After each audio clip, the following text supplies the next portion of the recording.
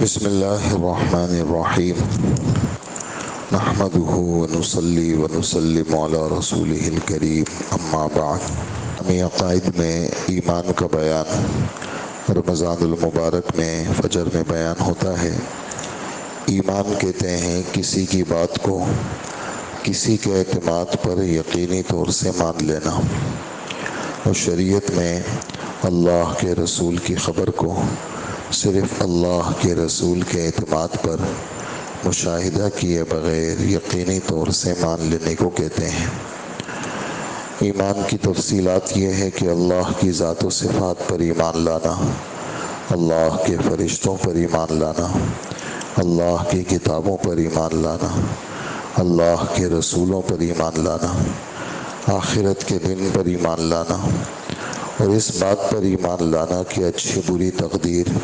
اللہ کی طرف سے ہے، اور موت کے بعد دوبارہ زندہ کر کے اٹھائے جانے پر ایمان لانا۔ گزشتہ کل آپ حضرات نے رسولوں کے متعلق ہمارا کیا عقیدہ ہونا چاہیے، اس کی تفصیلات، نبی کی صفات کیا ہونی چاہیے، اس کے بارے میں کچھ باتیں آپ حضرات نے سنی ہیں۔ آج کا جو بیان ہے وہ حضرت محمد مصطفیٰ صلی اللہ علیہ وآلہ وسلم کے بارے میں ہمارا کیا عقیدہ ہونا چاہیے۔ تو پہلی بات اس میں یہ ہے کہ جناب رسول اللہ صلی اللہ علیہ وسلم کے بعد کوئی دوسرا نیا شخص نبوت سے سرفراز ہو کر نہیں آئے گا، اور جو نبوت کا دعویٰ کرے وہ جھوٹا ہے۔ نبوت اور رسالت کا منصب جناب رسول اللہ صلی اللہ علیہ وسلم کی ذات پر ختم ہو گیا۔ قیامت تک جتنے انسان اور جنات ہیں سب کے لیے حضرت محمد مصطفیٰ صلی اللہ علیہ وسلم پیغمبر ہیں۔ تو اس میں یہ والی بات ہم سب کے ذہنوں میں ہونی چاہیے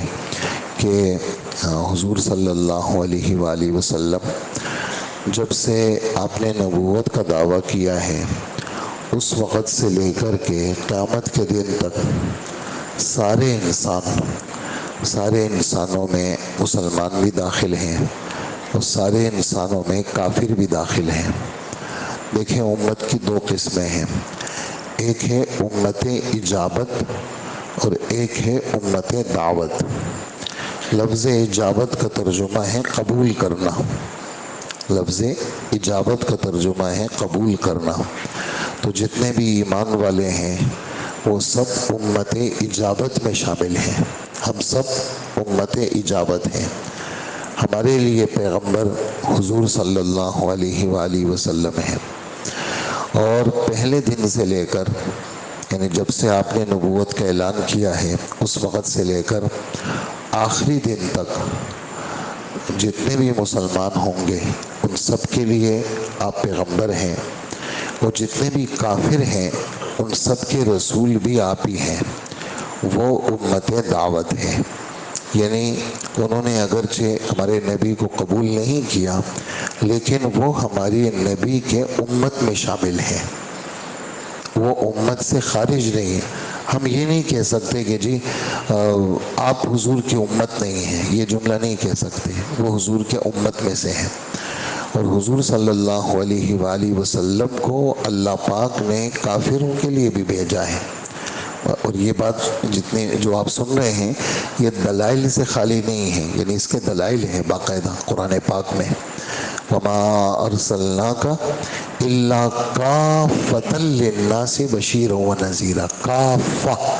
کافہ کے معنی سب، جتنے بھی لوگ ہیں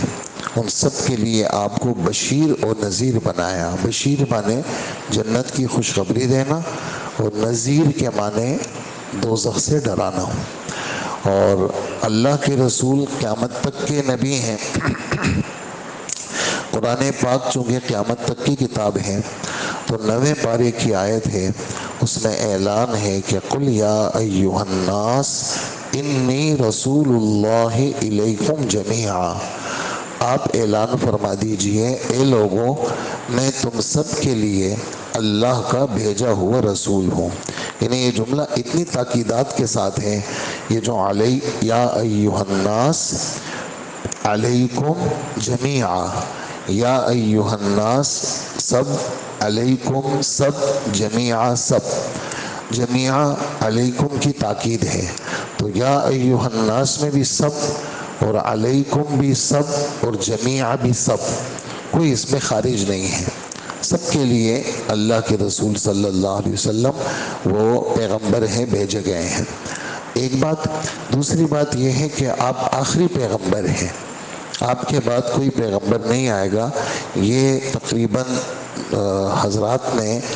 70 کے لگ بھگ تو آیتیں ہیں اس سلسلے میں جو ختم نبوت پر دلالت کرتی ہیں، 100 تک بعض نے پہنچائی ہیں، اور 200 سے زائد احادیث ہیں جو اس بات پر دلالت کرتی ہیں کہ حضور صلی اللہ علیہ وسلم آخری پیغمبر ہیں، اور آپ کے بعد کوئی پیغمبر نہیں آئے گا۔ اور خود ہمارے نبی صلی اللہ علیہ وسلم کے زمانے میں جن لوگوں نے نبوت کا دعویٰ کیا ان کا انجام بھی بہت برا ہوا، قتل ان کا انجام ہوا، اور بعد میں جتنے لوگ نبوت کے دعوے دار بنے وہ سب ان کی بات اللہ نے چلائی نہیں، لیکن چونکہ فتنہ ہے، اور فتنہ تو بہرحال فتنہ ہے، اور فتنہ تو ہوتا ہے، اور ہر دور میں فتنہ ہوتا ہے، اور نئے نئے لوگ یہ اس طرح کی باتوں میں پھنس جاتے ہیں اور اپنے دل دماغ کو بیچ دیتے ہیں، لیکن یہ والی بات ہم سب کے دل دماغ میں راسخ ہونی چاہیے۔ 22واں پارہ ہمارے رب فرماتے ہیں، 22ویں پارے کے 3 صفحے کے شروع میں اللہ پاک اعلان فرماتے ہیں کہ ما کان محمد ابا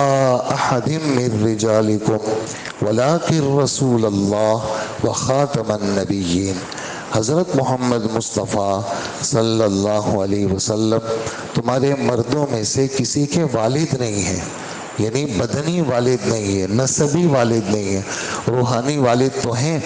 لیکن نسبی والد نہیں ہے۔ کون ہے؟ کہا کہ یہ اللہ کے رسول ہیں اور سب نبیوں کے ختم پر ہیں، اللہ کے رسول ہیں، سب نبیوں کے اختتام پر اللہ نے ان کو بھیجا ہے، اور آپ اعلان فرماتے ہیں کہ انا خاتم النبیین لا نبی بعدی، میں سب نبیوں کے اخیر پہ آیا ہوں، میرے بعد کوئی نبی نہیں آیا۔ تو یہ فتنے تو دنیا میں ہیں، آج بھی فتنہ ہیں، زمانے ماضی میں بھی فتنے تھے، لیکن اپنا عقیدہ رکھنا، پھر اس کے لیے اس عقیدے پر محنت کرنا، یعنی یہ عقیدہ، یعنی محنت کی کافی ساری قسمیں ہیں۔ ایک قسم محنت کی یہ بھی ہے کہ جو اس قسم کے غلط عقیدے والے ہیں ان کے عقیدے پہ رد کرنا اور اپنے صرف اس عقیدے کو پھیلانا کہ تاکہ لوگوں کا ایمان بچ سکے۔ اور ایک ختم نبوت کی محنت یہ ہے کہ نبی تو آئے گا نہیں اور نبوت کا دروازہ بند ہو گیا، تو لوگوں کی ہدایت کا سامان کیسے ہوگا؟ لوگ نمازوں کے لیے کیسے آئیں گے؟ لوگ ایمان کی طرف کیسے آئیں گے؟ لوگ فرائض پہ کیسے چلیں گے؟ اس کے لیے چونکہ نبی تو اب آئے گا نہیں، تو امت جتنی بھی ہے جنہوں نے کلمہ پڑھا ہے یہ حضور صلی اللہ علیہ وسلم کی نائب ہے، ختم نبوت کی نیابت، چونکہ نبوت نیا آدمی تو آئے گا نہیں جس کو اللہ پاک بھیجے کہ آپ جا کے تبلیغ کریں، تو امت کے افراد جتنے بھی ہیں وہ سب اللہ کی طرف سے بھیجے گئے ہیں، اور یہ جو بھیجنے کا لفظ ہے یہ احادیث میں استعمال ہوا ہے، یہ بھیجنے کا لفظ کہ تمہیں بھیجا گیا ہے، یہ بھیجنے کا لفظ احادیث میں استعمال ہوا ہے، انما بعثتم میسرین ولم تبعثوا معسرین، تم سب کو بھیجا گیا ہے مذہب میں آسانی پیدا کرنے کے لیے، مشکلات کے لیے نہیں بھیجا گیا، مذہب کو آسان کر کے لوگوں کے سامنے پیش کرو کہ اسلام بہت آسان مذہب ہے۔ تو تمہاری یہ جو بھیجا گیا ہے لفظ ہے یہ ہمارے نبی نے اس کو استعمال فرمایا، اور ہمارے رب نے قرآن پاک چونکہ ازل سے لکھی ہوئی کتاب ہے، جیسے اللہ کی ابتدا نہیں تو قرآن کی بھی ابتدا نہیں، جیسے اللہ ازل سے ہے ابد تک رہیں گے تو قرآن پاک بھی ازل سے ہے ابد تک رہے گا، تو وہ ازلی فیصلوں میں ایک فیصلہ یہ بھی ہے کہ تم بہترین امت ہو۔ ان ازلی فیصلوں میں ایک فیصلہ یہ بھی ہے کہ تم بہترین امت ہو، اور تمہیں تمہارے ماؤں کے پیٹ سے ازل سے تمہارے لیے فیصلہ ہے کہ تم لوگوں کی بھلائی کے لیے تمہیں بھیجا گیا ہے۔ اور لوگوں کی بھلائی کی بھی چونکہ بہت ساری قسمیں ہیں، تو ایک قسم کے لیے تمہیں واقعتاً بھیجا گیا ہے، وہ یہ ہے کہ تم نیکیاں زندہ کرنے والے ہو اور برائیاں مٹانے والے ہو۔ تمہارے ذریعے سے نیکیاں وجود میں آتی ہیں تو برائیاں ختم ہوتی ہیں۔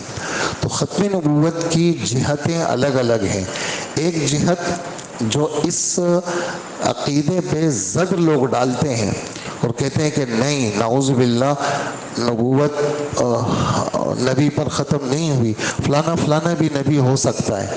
تو ایک محنت اس کی یہ ہے کہ بالکل نہیں، فلانا فلانا نبی نہیں ہو سکتا۔ جو اس طرح کے عقیدے کو رکھے گا وہ کافر ہے اور وہ مذہب سے نکلا ہوا ہے۔ ہم اس سلسلے میں کسی قسم کی کوئی سودے بازی نہیں کر سکتے، اور ختم نبوت کا بالکل سیدھا اور صحیح عقیدہ ہے۔ اور ہم اگر کوئی ایسا دعوے دار ہوگا تو ہم اپنی جان کی پرواہ بھی نہیں کریں گے، ہم اس عقیدے پہ مر مٹنے کے لیے تیار ہیں۔ ایک صورت اس کی آپ سمجھے کہ جارحانہ صورت ہے،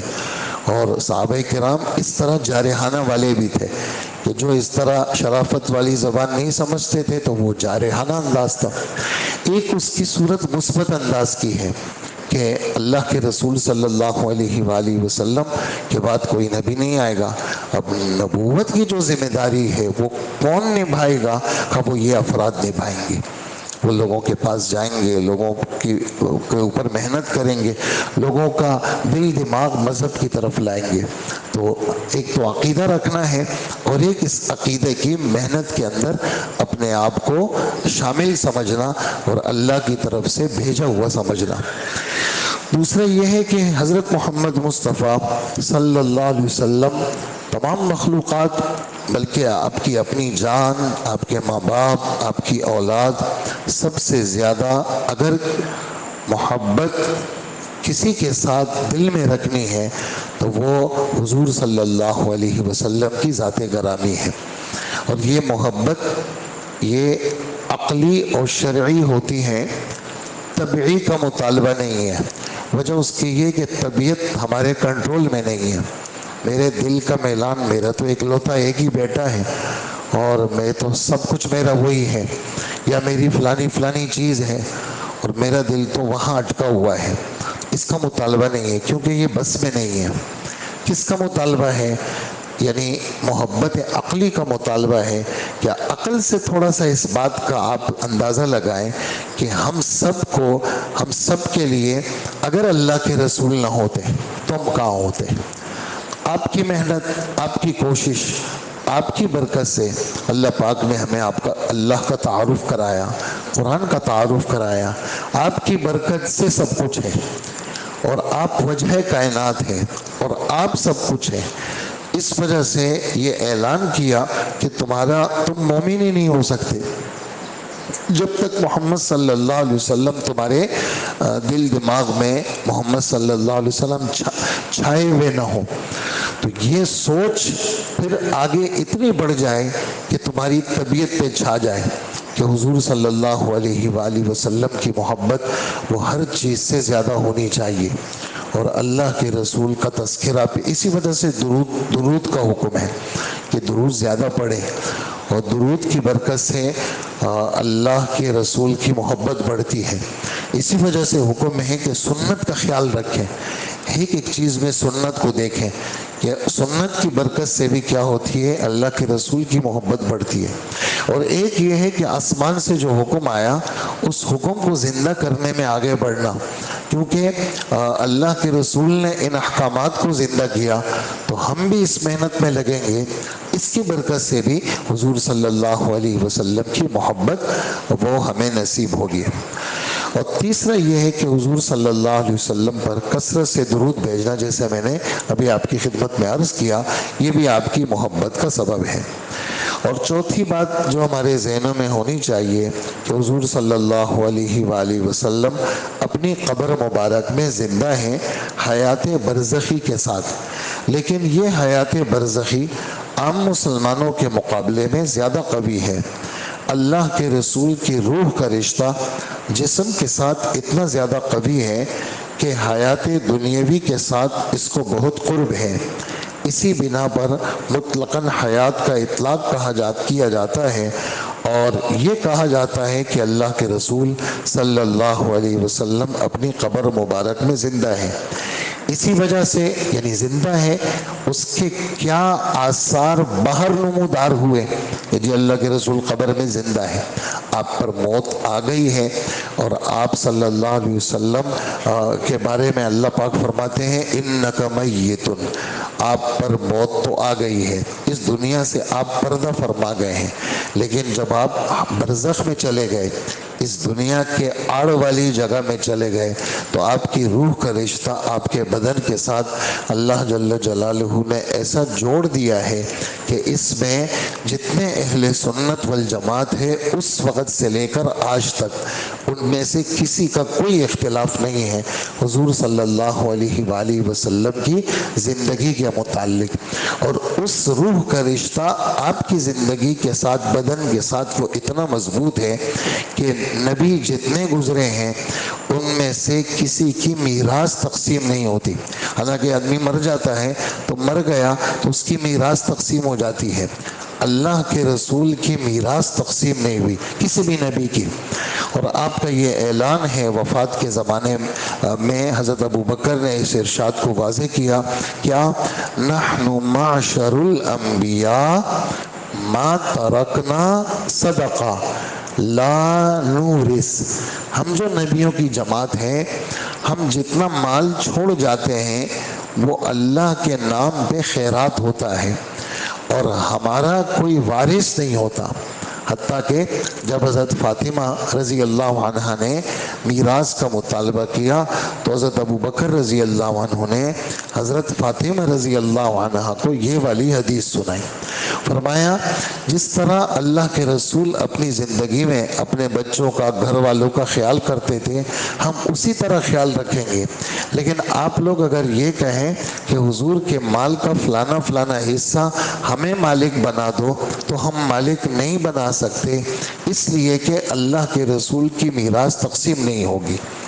تو نبی کی میراث تقسیم نہیں ہوتی، وجہ اس کی کہ نبی کے روح کا رشتہ بدن کے ساتھ وہ کیا ہے، وہ زیادہ مضبوط ہے۔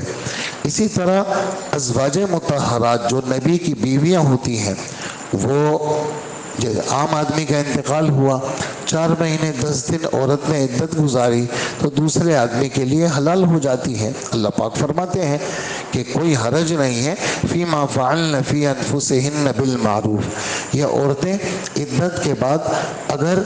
اپنے ذاتی فیصلہ کرنا چاہیں تو یہ کسی سے شادی کر سکتی ہیں، یہ دوسرے پارے سورہ بقرہ کا حکم ہے۔ لیکن اللہ کے رسول اور نبی جتنے ہیں ان کی بیویوں کے بارے میں کیا عقیدہ ہے، 21واں پارہ 3 رکوع اللہ پاک فرماتے ہیں کہ وَمَا كَانَ لَكُمْ أَن تُؤْذُوا رَسُولَ اللَّهِ وَلَا أَن تَنْكِحُوا أَزْوَاجَهُ مِن بَعْدِهِ أَبَدًا۔ اللہ اکبر، یعنی آیت کیسی عجیب آیت ہے کہ تم میں سے کسی کو یہ بات تو حلال ہی نہیں ہے کہ نبی کو تم تکلیف دو، اور یہ بات بھی کسی صورت میں حلال نہیں ہے کہ ان کی بیویوں کے ساتھ کبھی بھی کسی صورت میں تمہارا نکاح ہو سکے۔ تو یہ نکاح کا نہ ہونا اس بات کی علامت ہے کہ انبیاء کیا ہیں، وہ اپنی قبروں میں زندہ ہیں۔ اور ایک اور بات بالکل عام سی بات ہے کہ قرآن یعنی یہ اختلاف کے قابل یہ بات نہیں ہے،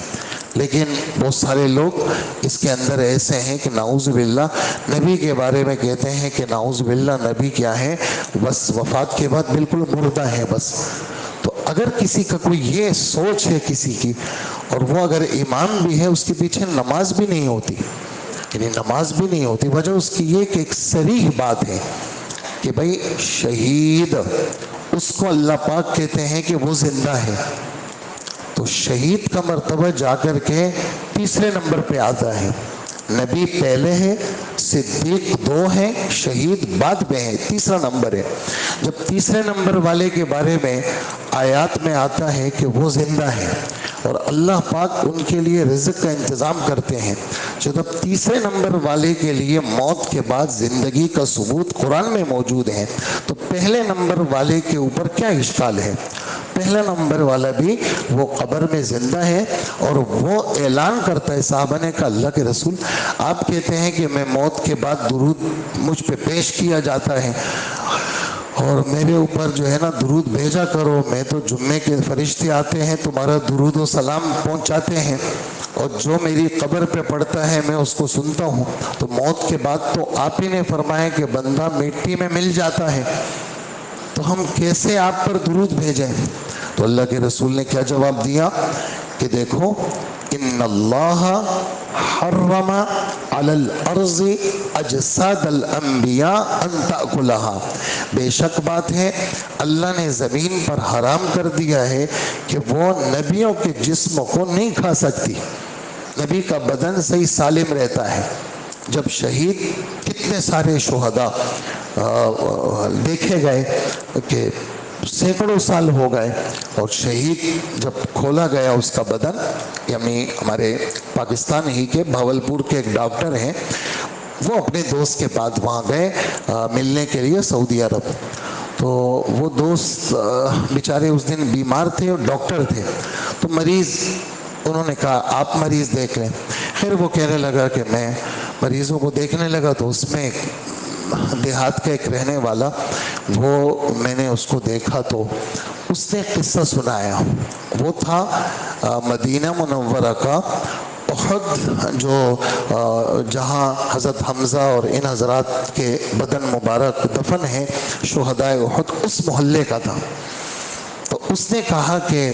ایک وقت ایسا کہا، میں تو ابھی بوڑھا ہو گیا، وہ عرب دیہاتی نے کہا،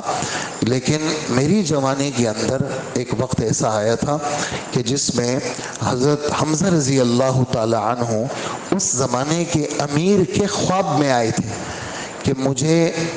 پانی تنگ کر رہا ہے، آپ میری لاش کو دوسری جگہ منتقل کریں۔ تو جب قبر کو کھودا گیا تو یہ عرب کہنے لگا، اس ڈاکٹر نے یہ کتاب لکھی، ہمارے پاکستان کے ڈاکٹر ہیں بھاولپور کے، انہوں نے کہا کہ اس عرب نے مجھے کہا کہ میں اس منظر میں موجود تھا جس منظر کے اندر حضرت حمزہ رضی اللہ تعالی عنہ کے بدن مبارک کو جیسے جب وہ قبر کھودی گئی تو میں نے اپنی آنکھوں سے دیکھا کہ حضرت حمزہ کے ناک کان کٹے ہوئے اور ان کا بدن اسی طرح تازہ ہے جیسے کہ آج ہی ان کی تدفین ہوئی ہو، بالکل صحیح سالم بدن، اور ان کے بدن، ان کی لاش کو نکالا گیا اور دوسری ایسی جگہ پہ منتقل کیا گیا جہاں پر پانی کا خدشہ نہیں تھا، تو کہا کہ یہ ان کا بدن میں نے اپنی آنکھوں سے حضرت حمزہ رضی اللہ تعالی عنہ کا دیکھا ہے، اور انہوں نے اپنی کتاب میں لکھی یہ بات۔ تو شہداء کے بدن کی جب اللہ حفاظت کرتے ہیں تو نبی کے بدن کی حفاظت، جبکہ نبی فرما بھی رہے ہیں اور پھر یہ اعلان کر رہے ہیں اللہ کے رسول کہ اللہ کے نبی زندہ ہوتے ہیں اور ان کے لیے رزق کا بندوبست ہوتا ہے۔ اب اس کی صورت کیا ہے ہمیں کیا معلوم، بس اتنی بات تو آ گئی، اور اتنی بات تسلیم کرنے کے لیے کیا ہے، ایک مسلمان ان باتوں کو مان لیتا ہے، وہ اس میں فرقہ بندی میں نہیں جاتا، وہ جو بات آ گئی ہے اس بات کو اس نے تسلیم کر لینا ہے اور آگے اس بات پر جو ہے وہ آگے جا کر کے اس میں نکتہ چینی کرنا یہ ایک ایمان والے کے لیے کسی صورت میں مناسب نہیں ہے۔ تو یہ والی باتیں ہیں جو میں نے آپ کی خدمت میں پیش کر لی ہے۔ حضور صلی اللہ علیہ وآلہ وسلم کی نہ میراث تقسیم ہوئی، نہ ان کی ازواج مطہرات سے بعد میں کوئی نکاح کر سکتا ہے، تاہم اس زندگی میں اللہ کے رسول مکلف نہیں ہے، یعنی نماز روزے وغیرہ کی پابندی نہیں ہے۔ آپ صلی اللہ علیہ وسلم پر اس دنیا میں موت بھی آئی ہے۔ یہی عقیدہ تمام انبیاء اور شہداء کے بارے میں رکھنا چاہیے۔ حضرت محمد مصطفیٰ صلی اللہ علیہ وسلم کو تمام مخلوقات سے زیادہ علوم عطا ہوئے تھے. مخلوق میں سے کوئی بھی اللہ کے رسول کے اور نبیوں کے علوم تک نہیں پہنچ سکتا. لیکن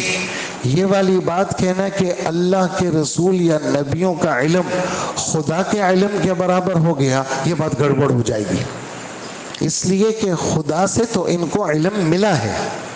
خدا سے تو ان کو علم ملا ہے، ان کا علم خدا کے برابر کیسے ہو سکتا ہے؟